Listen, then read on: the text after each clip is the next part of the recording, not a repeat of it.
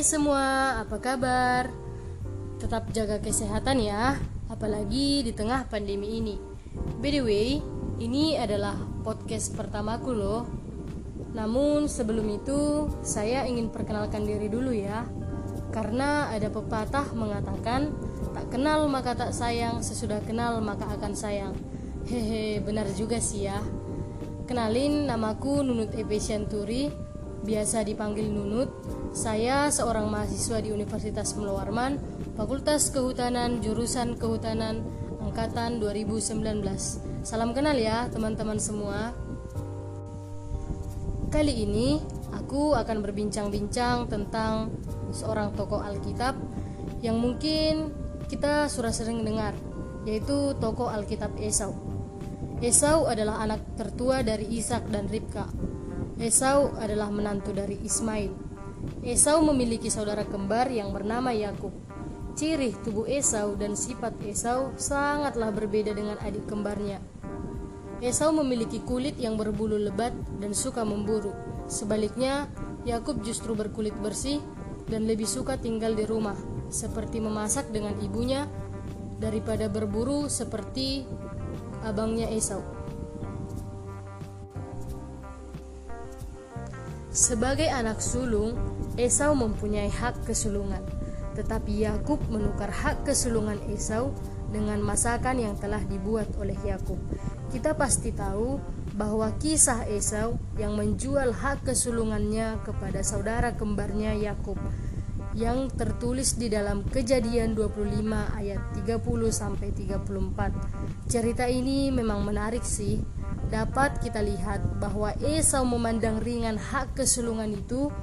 Dengan mudahnya ia menukarkan hak kesulungannya dengan roti dan kacang merah untuk dia makan dan minum karena dia sedang keadaan lapar. Nah, ketika Ishak, ayah dari Esau dan Yakub, sudah tua dan tidak dapat melihat lagi, dipanggilnyalah Esau anak sulungnya itu dan memerintahkan Esau untuk berburu seekor binatang dengan busurnya dan mengolahnya seperti yang ayahnya gemari, supaya ayahnya Ishak memberkati dia sebelum Ishak mati. Tetapi Ribka mendengarkan perbincangan antara Ishak dan Esau dan menyampaikannya kepada anaknya Yakub. Dan Ribka pun menyuruh anaknya Yakub supaya mengambil kambing domba dan mengolahnya, supaya yang diberkati adalah Yakub. Dan Yakub pun pergi melaksanakan seperti apa yang diperintahkan oleh ibunya. Dia pergi mengambil kambing domba dan dia mengolah kambing domba tersebut seperti yang ayahnya gemari, dan dia pergi ke kamar ayahnya untuk memberikan itu kepada ayahnya supaya ayahnya memberkati Yakub. Ketika Yakub sudah diberkati dan keluarlah Yakub dari kamar Esau, di situ bertepatan waktunya Esau pun datang dan membawa apa yang telah dia olah dengan hasil buruannya untuk dia berikan kepada ayahnya.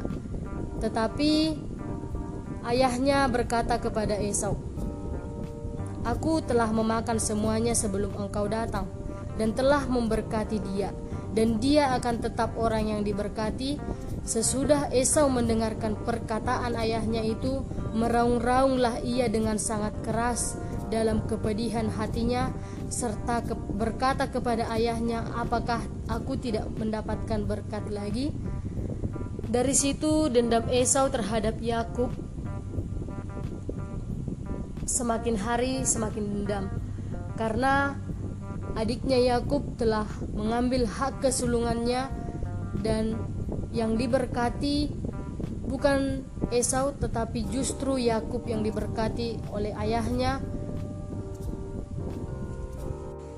Dan dari cerita ini kita dapat menyimpulkan bahwa kisah Esau, janganlah karena kita memiliki kepuasan sesaat kita melepaskan hak kesulungan kita, seperti Esau yang lebih memilih dan memuaskan seleranya daripada mempertahankan hak kesulungannya. Dan jangan juga kita seperti Yakub yang mengambil hak kesulungan kakaknya, yaitu dengan berpura-pura seperti kakaknya Esau, dan supaya ia yang diberkati oleh ayahnya Ishak. Oke teman-teman, itu saja yang mau saya sampaikan dalam podcast kali ini. Jangan lupa ikuti podcast berikutnya di akun YouTube saya, yaitu Neps Channel. Akhir kata, saya mengucapkan terima kasih buat teman-teman yang telah mendengarkan podcast saya kali ini, dan selamat ulang tahun kepada PMKF PIK yang ke-12 tahun. Semoga semakin menjadi berkat di Fakultas Perikanan dan Ilmu Kelautan. Tuhan Yesus memberkati. Shalom.